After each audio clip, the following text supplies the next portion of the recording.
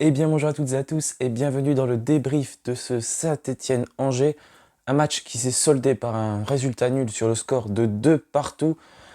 Malheureusement les Verts ne prennent encore pas de points, seulement un point. Les Verts n'avancent pas, mais il y a quand même du positif à retenir. Oui, il faut toujours qu'on retienne du positif malgré tout, même si ça n'avance pas au classement. Mais les Verts perdaient 2-0 lors de ce match et ont réussi à retrouver la force mentale pour revenir à 2 partout.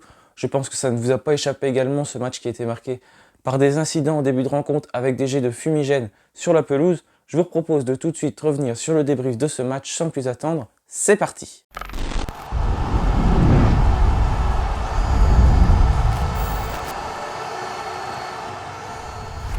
Donc voilà, pour ce match, on va d'abord parler de la composition de Claude Puel. C'était un 4-3-1-2, donc Stéphane Bajic était au cage puisque Étienne Green était blessé suite à son choc reçu face à Strasbourg avec Timothée Kolodziejczak. C'est donc Stéphane Bajic qui a pris sa place. Ça a été un match très très compliqué pour le portier stéphanois. Ensuite, en défense, on retrouvait à gauche, tout d'abord, c'était Masson, lui qui était de retour après sa blessure au niveau du tendon d'Achille. Il a donc pris cette place-là à gauche. On avait également Moukoudi et So dans l'axe, donc ça c'était assez logique. Moukoudi est sorti en cours de jeu puisqu'il était blessé, il a donc fait la première mi-temps. Et en deuxième mi-temps, il a été remplacé par Nadé qui a fait un très très bon match. Nadé, c'est à souligner aussi. Ensuite, à droite, on retrouvait donc Madi Camara. Oui, Madi Camara qui prenait la place de Masson qui devait être à droite, mais comme Miguel Trauco ne jouait pas, c'était donc Masson qui avait repris la place à gauche, comme c'était l'année dernière en début de saison, quand il y avait Mathieu Debuchy. Le milieu de terrain, c'était donc avec Mouefek, Neyou et Gourna. Et enfin, un secteur plus offensif et qui a plutôt bien fonctionné, mis à part Jean-Philippe Crasso, c'était Riyad Boudbouz, Wabi Kazri et donc Jean-Philippe Crasso. Donc voilà pour la composition de Claude Puel. Quelques surprises, comme on pouvait s'en douter. La titularisation d'Aymen Wefek, ça c'était très bien. Il a fait un très très bon match. Ça a changé beaucoup de choses, notamment sur le couloir gauche avec Masson également, qui a fait une première mi-temps qui n'était vraiment pas mauvaise. Donc si on résume globalement le match des Stéphanois, c'est pas un mauvais match de la part de l'AS Saint-Étienne. Saint-Étienne qui a, comme souvent d'ailleurs, tous les matchs se ressemblent quasiment, un peu comme celui de Strasbourg là, mais c'était encore plus flagrant. Les Verts qui ont complètement dominé Angers, je crois qu'à la fin du match on avait 65% de possession du ballon, mais notamment en première mi-temps on les a vraiment dominés, les Angevins, mais Saint-Étienne avait une possession très stérile, très très peu de frappes à se mettre sous la dent de la part des Stéphanois, qui n'ont quasiment jamais tiré au but, et je pense que vous vous attendiez tous à ce moment-là que Angers ouvre le score. Comme d'habitude, Angers a une occasion, Angers marque. Voilà, Saint-Étienne qui est vraiment, vraiment en grande difficulté et qui se prend sans cesse des buts alors qu'on domine le match. Et donc voilà, on voit que le secteur défensif pêche totalement. Donc voilà, c'était à la 28e minute, un coup franc tiré par Bouffal qui va trouver de la tête de Traoré. Donc une très grosse erreur de marquage, notamment de la part de Masson qui laisse son vis-à-vis tout seul, qui va sauter et marquer. Et Stéphane Bajic, c'est pareil, il reste sur sa ligne, il ne sait pas quoi faire. Alors que je pense que sur ce coup-là, il aurait pu sortir et reprendre le ballon, Stéphane Bajic. Donc voilà, ça fait 1-0 pour Angers, mais on pouvait s'en douter, Saint-Étienne domine, Saint-Étienne ne concrétise pas. Donc Saint-Étienne se fait punir, ce qui est totalement normal, et c'est comme ça à chaque fois. Là, la possession, elle est très stérile, on n'a vraiment pas d'occasion, alors qu'avant, on avait un petit peu plus d'occasions lors des matchs précédents qu'on ratait, mais là, ça fait 2 matchs, des occasions, on n'en a pas. Donc ensuite, à la mi-temps, ça fait donc 1-0 pour Angers, ce n'est pas forcément mérité. Et Angers qui va même doubler la mise, ça va faire 2 buts à 0.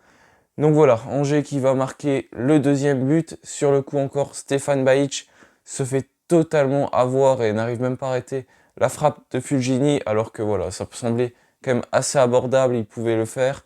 On dirait qu'il se détend, je sais pas, il se détend pas vraiment assez pour reprendre ce ballon. Donc ça fait but. Il y a aussi un gros problème dans la défense, c'est encore passé très facilement. À chaque fois qu'Angers avait une occasion de toute façon, ça passait et voilà, ça passait vraiment très très facilement. Et là, à 2-0, on dit le match est plié, Saint-Étienne ne reviendra jamais et on s'enfonce encore dans les profondeurs du classement. Mais il va y avoir un sursaut d'orgueil, notamment avec ce magnifique coup franc direct tiré par Wabi Kazri qui parvient donc à revenir à 2-1 vers la 65e minute, je crois environ.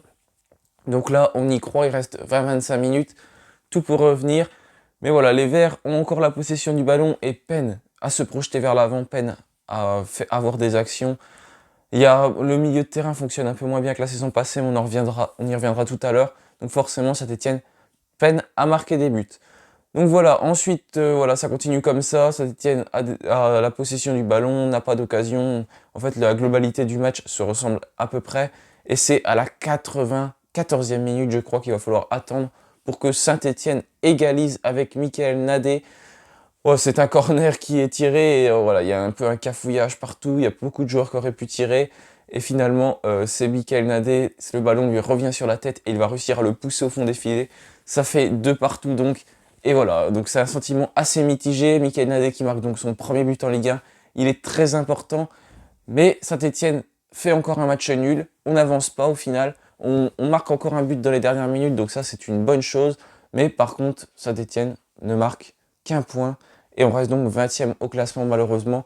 C'était une victoire qui était obligatoire et Saint-Étienne n'a pas gagné.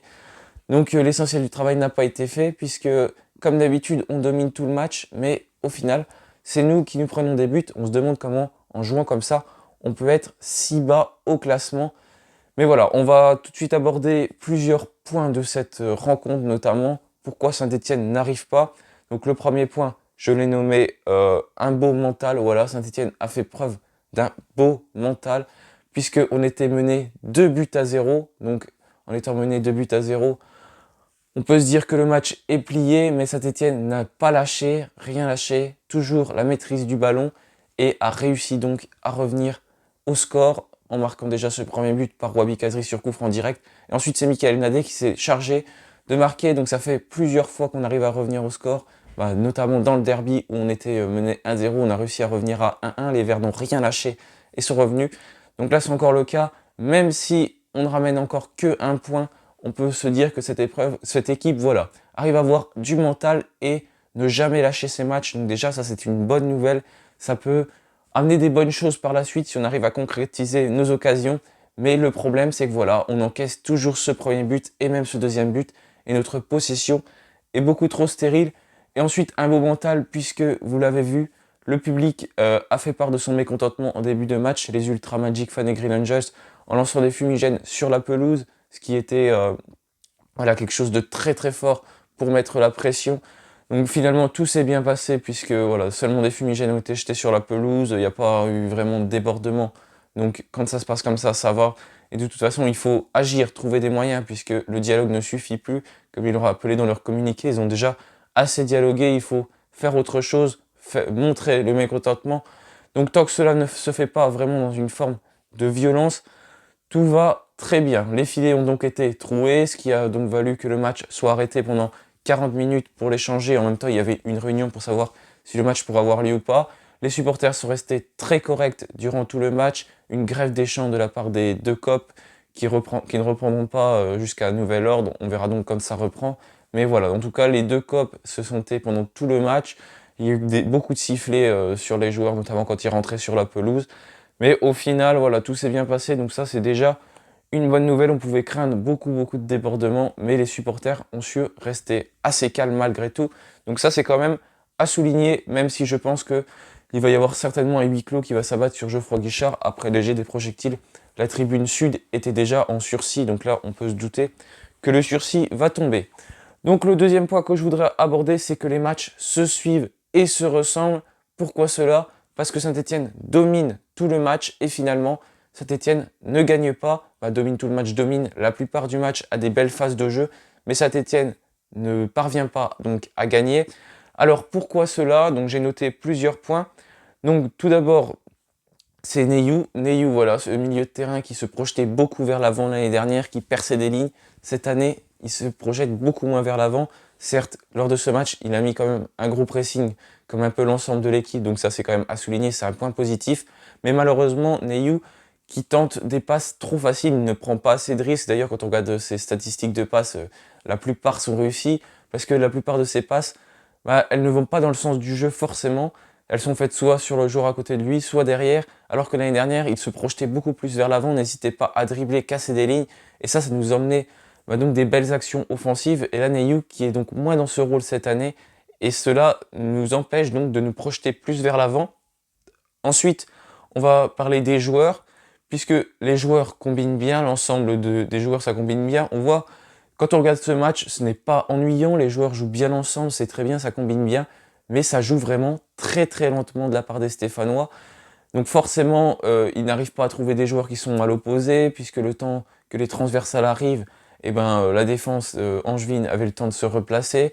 Voilà, les joueurs qui sont très bien trouvés, mais c'était beaucoup trop lent, donc ça n'a pas pu nous créer des phases de jeu qui soient assez rapides, on a pu se projeter. On a vu quand ça accélérait un petit peu, là tout de suite les Angevins étaient beaucoup plus en difficulté. Et là, donc c'est ce qu'il faut travailler, parce que les joueurs se trouvent déjà bien, donc si on arrive à travailler cette phase-là, je pense qu'il y a des belles choses à faire. Ensuite, voilà, une prise de risque bien moindre, puisque peu de joueurs tentent de tirer au but. On le voit même quand ils sont en position de frappe.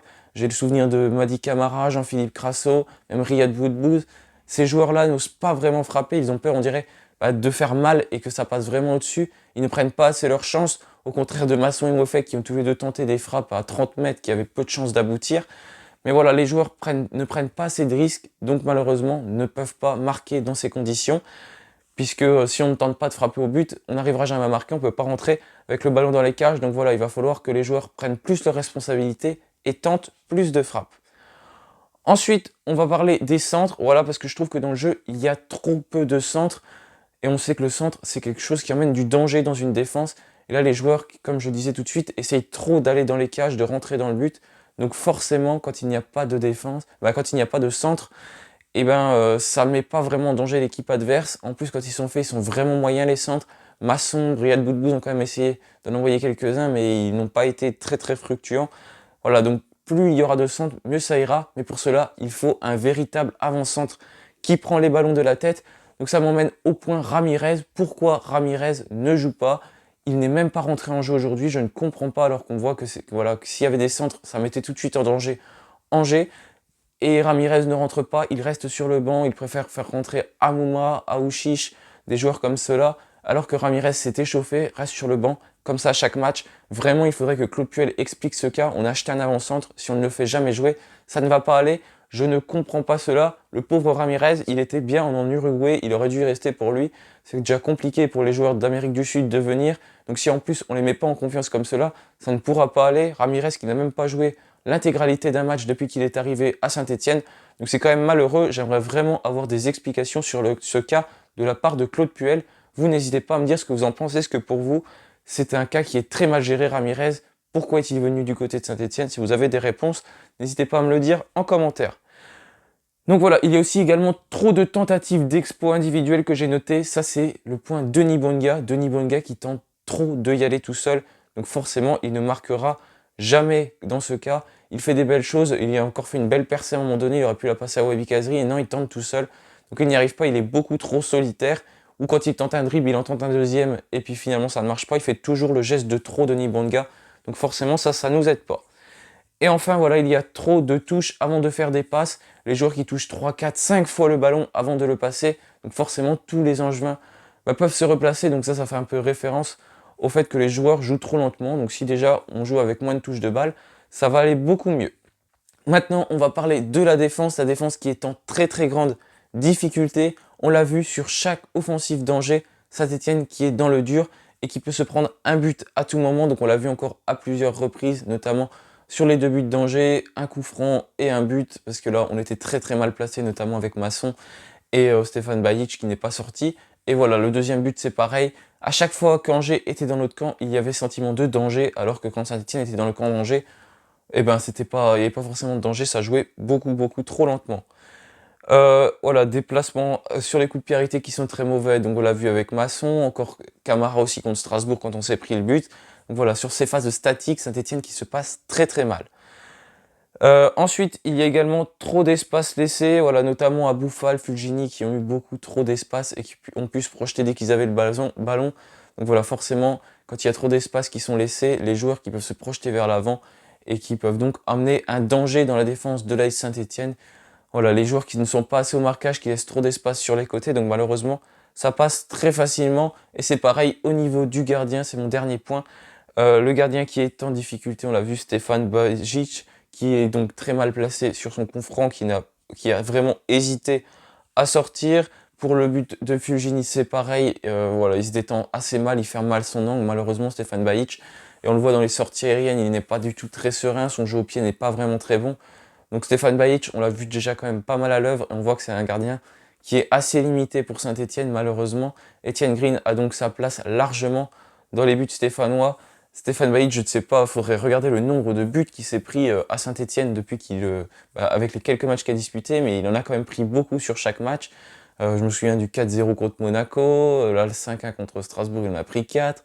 Souvent, c'est vrai, il rentre dans des périodes difficiles, mais Saint-Etienne est dans des périodes difficiles depuis très longtemps, mais souvent il se prend vraiment beaucoup de buts.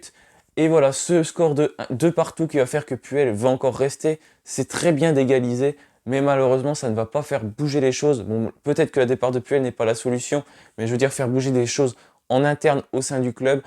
Parce que voilà, on égalise, donc on peut pas faire des changements quand il y a eu un partout, deux partout, ça fait comme pour le derby. Donc voilà, c'est compliqué de faire des changements à ce moment-là. Donc Puel qui devrait donc rester sans aucun doute l'entraîneur de l'AS Saint-Etienne. Donc voilà, pour ma part, ce débrief est terminé. J'ai pas pu le tourner hier soir parce que c'était beaucoup trop tard quand le match s'est terminé suite aux incidents. Donc vous n'hésitez pas à me dire ce que vous avez pensé du match. Je pense en tout cas qu'il faut garder ces joueurs-là avec Mady Camara à droite et Masson à gauche. Ça a plutôt bien marché. Mady Camara qui a fait un bon match, c'est à souligner. Donc voilà, je pense qu'il faut garder un peu ce dispositif-là, après revoir un peu en attaque, et je veux surtout voir Ignacio Ramirez. Ça m'énerve vraiment, j'aimerais vraiment le voir, et il ne joue jamais.